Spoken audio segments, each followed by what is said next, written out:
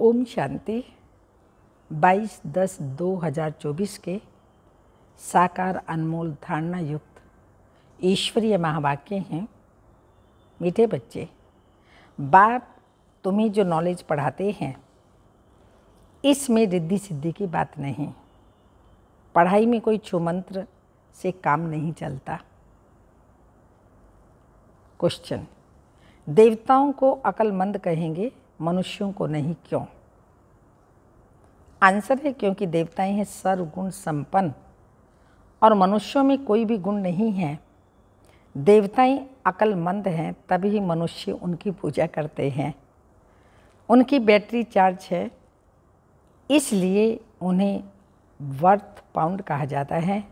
जब battery discharge होती है तो वर्थ पेनी बन जाते हैं, तब कहेंगे बेअकल। ओम शांति। बाप ने बच्चों को समझाया है कि ये है पाठशाला है, ये पढ़ाई है। इस पढ़ाई से यह याद पद प्राप्त होता है। इनको स्कूल व यूनिवर्सिटी समझना चाहिए। यहाँ दूर दूर से पढ़ने के लिए आते हैं। क्या पढ़ने आते हैं? ये एम ऑब्जेक्ट बुद्धि में है।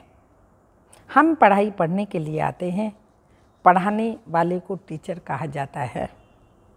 भगवानों वाच्य है भी गीता, दूसरी कोई बात नहीं। गीता पढ़ाने वाले का पुस्तक है, परंतु पुस्तक आदि कोई पढ़ाते नहीं हैं। गीता कोई हाथ में नहीं, यह तो भगवानों वाच्य है। मनुष्य को भगवान नहीं कहा जाता। भगवान ऊंचते ऊंच एक ही है। मूल वतन, सूक्ष्म वतन, स्थूल वतन, ये सारी यूनिवर्स है। खेल कोई सूक्ष्म वतन व मूल वतन में नहीं चलता। नाटक यहाँ ही चलता है। 84 का चक्र भी यहाँ है। इनको कहा जाता है 84 के चक्र का नाटक। ये बना बनाया खेल है। ये बड़ी समझने की बातें हैं, क्योंकि ऊंचते ऊंच भगवान उनकी तुमको मत मिलती है। दूसरी तो कोई वस्तु है ही नहीं। एक को ही कहा जाता है सर्वशक्तिमान, वर्ल्ड ऑलमाइटी अथॉरिटी। अथॉरिटी का भी अर्थ खुद समझाते हैं। ये मनुष्य नहीं समझते, क्योंकि वह सब हैं तमो प्रधान। इसको कहा जाता है कलयुग। ऐसे नहीं कि कोई के लिए कलयुग है, कोई के लिए सतयुग, कोई के लिए त्रेता, नहीं। जबकि अभी है ही नरक। तो कोई भी मनुष्य ऐसे नहीं कह सकता हमारे लिए स्वर्ग है, क्योंकि हमारे पास धन दौलत बहुत है। ये हो नहीं सकता। ये तो बना बनाया खेल है। सतयुग पास्ट हो गया, इस समय तो है ही नहीं। बाबा कहते सतयुग नहीं हो सकता। ये बातें सब समझने की हैं। बाप बैठ सब बातें समझाते हैं। सतयुग में इनका राज्य था। भारतवासी उस समय सतयुगी कहलाते थे। अभी जरूर कलयुगी कहलाएंगे। सतयुगी थे तो उसको स्वर्ग कहा जाता था। ऐसे नहीं कि नरक को भी स्वर्ग कहेंगे। मनुष्यों की तो अपनी अपनी मत है। धन का सुख है तो अपने को स्वर्ग में समझते हैं। मेरे पास तो बहुत संपत्ति है, इसलिए मैं स्वर्ग में हूँ, परंतु विवेक कहता है नहीं, यह तो है ही नरक। भले किसके पास 10-20 लाख हों, परंतु यह है ही रोगी दुनिया। सतयुग को कहेंगे निरोगी दुनिया। दुनिया यही है। सतयुग में इनको योगी दुनिया कहेंगे। कलयुग को भोगी दुनिया कहा जाता है। वहाँ है योगी, क्योंकि विकार का भोग विलास नहीं होता। तो यह स्कूल है, इसमें शक्ति की बात नहीं। टीचर शक्ति दिखलाते हैं क्या? एम ऑब्जेक्ट रहता है, हम फलाना बनेंगे। तुम इस पढ़ाई से मनुष्य से देवता बनते हो। ऐसे नहीं कि कोई जादू छू मंत्र व रिद्धि सिद्धि की बात है। ये तो स्कूल है। स्कूल में रिद्धि सिद्धि की बात होती है क्या? पढ़कर कोई डॉक्टर, कोई बैरिस्टर बनता है। ये लक्ष्मी नारायण भी मनुष्य थे, परंतु पवित्र थे। इसलिए उन्हों को देवी देवता कहा जाता है। पवित्र जरूर बनना है। यह है पतित पुरानी दुनिया। मनुष्य तो समझते हैं पुरानी दुनिया होने में लाखों वर्ष पड़े हैं। कलयुग के बाद ही सतयुग आएगा। अभी तुम हो संगम पर। इस संगम का किसी को भी पता नहीं।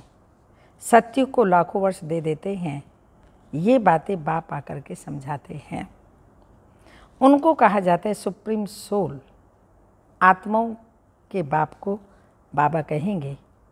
दूसरा कोई नाम होता नहीं। बाप का नाम है शिव।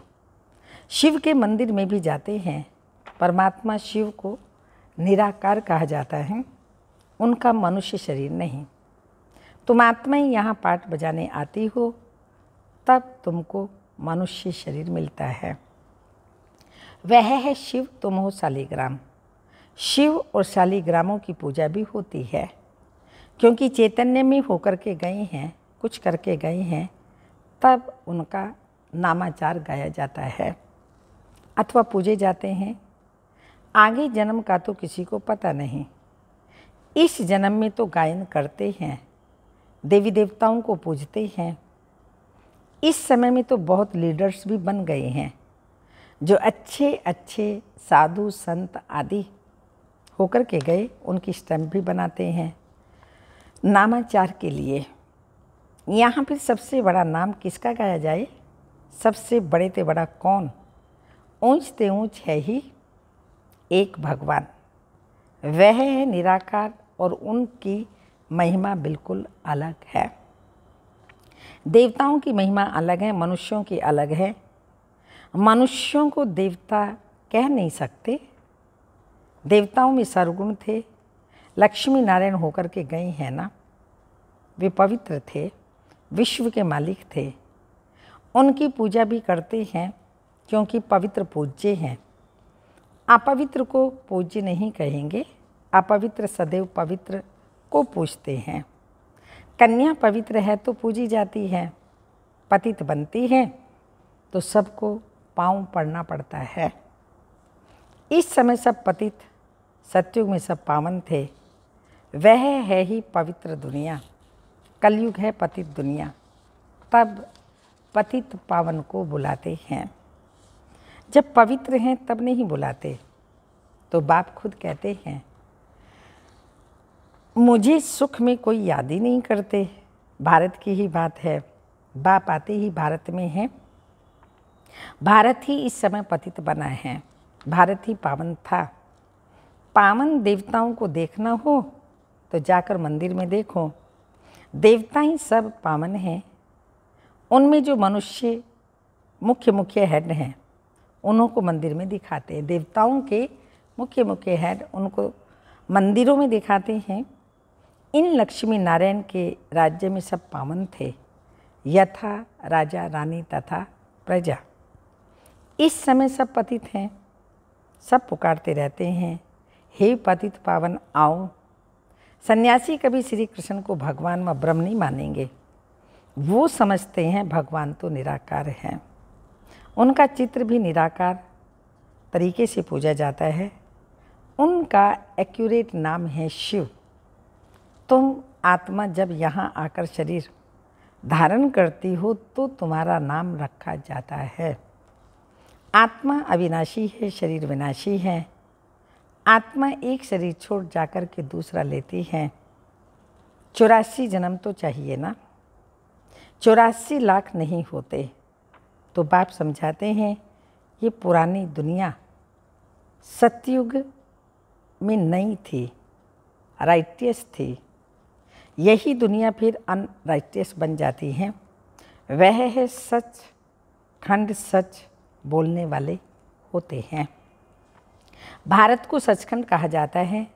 झूठ खंड ही फिर सचखंड बनता है। सच्चा बाप ही आकर सचखंड बनाते हैं। उनको सच्चा पातशाह ट्रुथ कहा जाता है। यह है ही झूठ खंड। मनुष्य जो कहते हैं वो झूठ, सेंसिबल बुद्धि हैं देवताएं, उन्हों को मनुष्य पूजते हैं। अक्लमंद और बेअक्ल कहा जाता है। अक्लमंद कौन बनाते हैं, फिर बेअक्ल कौन बनाते हैं, यह भी बाप ही बताते हैं। अक्लमंद सर्वगुण संपन्न बनाने वाला बाप है। वो खुद आकर के अपना परिचय देते हैं। जैसे तुम आत्मा हो, फिर यहाँ शरीर में प्रवेश कर पाठ बजाते हो, मैं भी एक ही बार इनमें प्रवेश करता हूँ। ब्रह्मा में शिव बाबा एक ही बार प्रवेश करते हैं। तुम जानते हो वह है ही एक। उनको सर्वशक्तिमान कहा जाता है। दूसरा कोई मनुष्य नहीं जिनको हम सर्वशक्तिमान कहें। लक्ष्मी नारायण को भी नहीं कह सकते, क्योंकि उन्हों को भी शक्ति देने वाला कोई है। पतित मनुष्य में शक्ति हो न सके। आत्मा में जो शक्ति रहती है वह फिर आहिस्ते आहिस्ते डिग्रेड होती जाती है। अर्थात आत्मा में जो सतो प्रधानता है अर्थात शक्ति थी, वह तमो प्रधान शक्ति हो जाती है। जैसे मोटर का खेल खलास होने से मोटर खाली खड़ी हो जाती है, यह बैटरी घड़ी घड़ी डिस्चार्ज नहीं होती। इनको पूरा टाइम मिला हुआ है। कलयुग अंत में बैटरी ठंडी हो जाती है। तो पहले जो सतो प्रधान विश्व के मालिक थे, अभी तमो प्रधान है, तो ताकत कम हो गई है, शक्ति नहीं रही। बर्थ नोट पेनी बन जाते। भारत में देवी देवताओं का धर्म था तो बर्थ पाउंड थे। रिलीजन इज माइट कहा जाता है। देवता धर्म में ताकत है। विश्व के मालिक हैं। क्या ताकत थी? कोई लड़ने आदि की ताकत नहीं थी। ताकत मिलती है सर्वशक्तिमान बाप से। ताकत क्या चीज़ है? तो बाप समझाते हैं, मीठे मीठे बच्चों, तुम्हारी आत्मा सतो प्रधान थी, अब तमो प्रधान है। विश्व के मालिक बदले विश्व के गुलाम बन गए हो। तो बाप समझाते हैं, यह 5 विकार रूपी रावण तुम्हारी सारी ताकत छीन लेते हैं। इसलिए भारतवासी कंगाल बन पड़े हैं। ऐसे मत समझो साइंस वालों में बहुत ताकत है, वह ताकत नहीं है। यह रूहानी ताकत है जो सर्वशक्तिमान बाप से योग लगाने से मिलती है।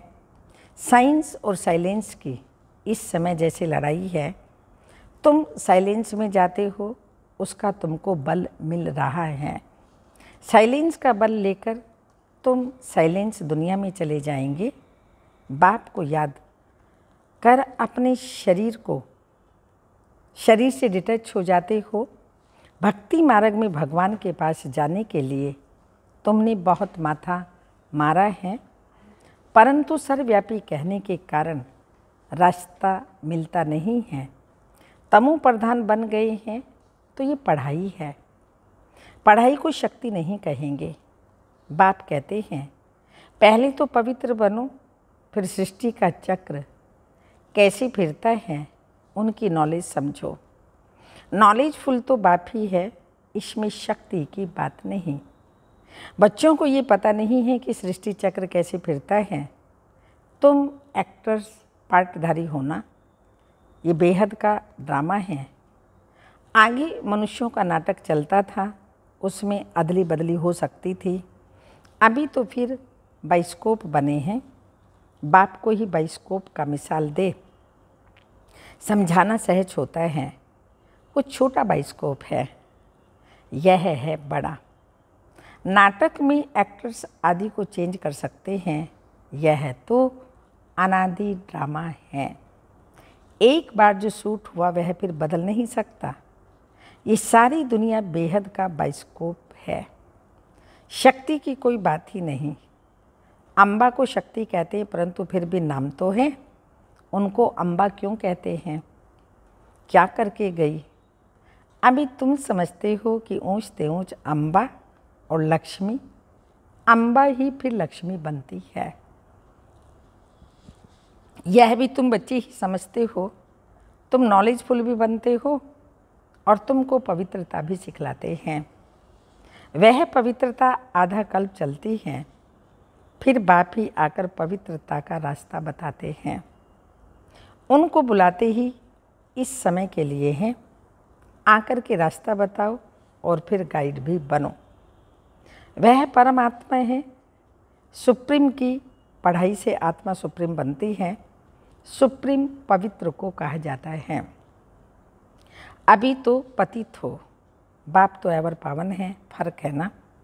वह एवर पावन ही जब आकर के सबको वर्षा दे और सिखलाए। इसमें खुद आकर बतलाते हैं, मैं तुम्हारा बाप भी हूँ। रथ तो जरूर चाहिए ना, नहीं तो आत्मा कैसे बोले। रथ भी मशहूर है, गाते हैं भाग्यशाली रथ। तो भाग्यशाली रथ है मनुष्य का, घोड़े गाड़ी की बात नहीं, मनुष्य का ही रथ चाहिए जो मनुष्यों को बैठ समझाए। उन्होंने फिर घोड़े गाड़ी बैठ दिखा दी है। भाग्यशाली रथ मनुष्य को कहा जाता है। यहाँ तो कोई जानवर की भी बहुत अच्छी सेवा होती है जो मनुष्य की भी नहीं होती। कुत्ते को भी कितना प्यार करते हैं, घोड़े को, गाय को प्यार करते हैं। कुत्तों की एग्जीबिशन लगती है। यह सब वहाँ होता नहीं, जो यहाँ होता है वो सतयुग में नहीं होता। लक्ष्मी नारायण कुत्ते पालते होंगे क्या? अभी तुम बच्चे जानते हो कि इस समय के मनुष्य सब तमो प्रधान बुद्धि हैं, उन्हें सतो प्रधान बनाना है। वहाँ तो घोड़े आदि ऐसे नहीं होते जो मनुष्य कोई उनकी सेवा करे। तो बाप समझाते हैं, तुम्हारी हालत देखो क्या हो गई है। रावण ने ये हालत कर दी। ये तुम्हारा दुश्मन है, परंतु तुमको पता नहीं इस दुश्मन का जन्म कब होता है। शिव के जन्म का भी पता नहीं है तो रावण के जन्म का भी पता नहीं है। बाप बतलाते हैं, त्रेता के अंत और द्वापर के आदि में रावण आते हैं। इनको 10 शीश क्यों दिए गए हैं, हर वर्ष क्यों जलाते हैं, यह भी कोई जानते नहीं। अभी तुम मनुष्य से देवता बनने के लिए पढ़ते हो। जो पहले पढ़ते नहीं वो देवता बन ना सके। हाँ, वह फिर आएंगे तब जब रावण राज्य शुरू होगा। अभी तुम जानते हो हम देवता धर्म के थे, अब फिर सैपलिंग लग रहा है। बाप कहते हैं, मैं 5000 वर्ष के बाद तुमको आकर ऐसा चढ़ाता हूँ। इस समय सारी सृष्टि का झाड़ पुराना है, नया जब था तो एक ही देवी देवता धर्म था। फिर धीरे धीरे नीचे उतरते हैं। तो बाप तुम्हें 84 जन्मों का हिसाब बताते हैं, क्योंकि बाबा नॉलेजफुल है ना। अच्छा, मीठे मीठे सिक्के लदे बच्चों प्रति माता पिता बाप दादा का याद प्यार। Good morning, diamond morning. रूहानी बाप की रूहानी बच्चों को नमस्ते। हम रूहानी बच्चों के रूहानी माता पिता बाप दादा को याद प्यार। Good morning, diamond morning. ओम नमस्ते। धारणा के लिए मुख्य सार है, साइलेंस का बल जमा करना है। साइलेंस बल से साइलेंस दुनिया में जाना है। बाबा की याद से ताकत लेकर गुलामी से छूटना है, मालिक बनना है। सेकंड पॉइंट, सुप्रीम की पढ़ाई पढ़कर आत्मा को सुप्रीम बनाना है। पवित्रता के ही रास्ते पर चल पवित्र बनकर दूसरों को बनाना है, गाइड बनना है। वरदान, अलप को जानने और पवित्रता के स्वधर्म को अपनाने वाले विशेष आत्म भाव। स्पष्टीकरण, बाप दादा को खुशी होती है, मेरा एक एक बच्चा विशेष आत्मा है, चाहे बुजुर्ग है, अनपढ़ है, छोटा बच्चा है, युवा या प्रवृत्ति वाला है, लेकिन विश्व के आगे विशेष है। दुनिया में चाहे कोई कितने भी बड़े नेता हो, अभिनेता हो, वैज्ञानिक भी हो, लेकिन अलफ को नहीं जाना तो क्या जाना। आप निश्चय बुद्धि हो, फलक से कहते हो कि तुम ढूंढते रहो, हाँ तुम ढूंढते रहो, हमने तो पा लिया। प्रवृत्ति में रहते पवित्रता के स्वधर्म को अपना लिया तो पवित्र आत्मा विशेष आत्मा बन गए। पवित्र आत्मा विशेष आत्मा बन गए। स्लोगन: जो सदा खुशहाल रहते हैं वही स्वयं को और सर्व को प्रिय लगते हैं। जो सदा खुशहाल रहते हैं वही स्वयं को और सर्व को प्रिय लगते हैं। अव्यक्त इशारे हैं, जब आपस में दिलों का मिलन होगा तब अनेक संस्कारों में बाप दादा के संस्कार देखने में आएंगे, फिर प्रत्यक्षता के नगाड़े बजेंगे और समाप्ति होगी। बाप दादा संस्कार मिलन की महाराज देखना चाहते हैं। इसके लिए पहले स्वयं को एडजस्ट कर दूसरों से संस्कार मिलाने का दृढ़ संकल्प करो। एडजस्ट करने की शक्ति संस्कारों को मिला देगी। एडजस्ट करने की शक्ति संस्कारों को मिला देगी। ओम शांति।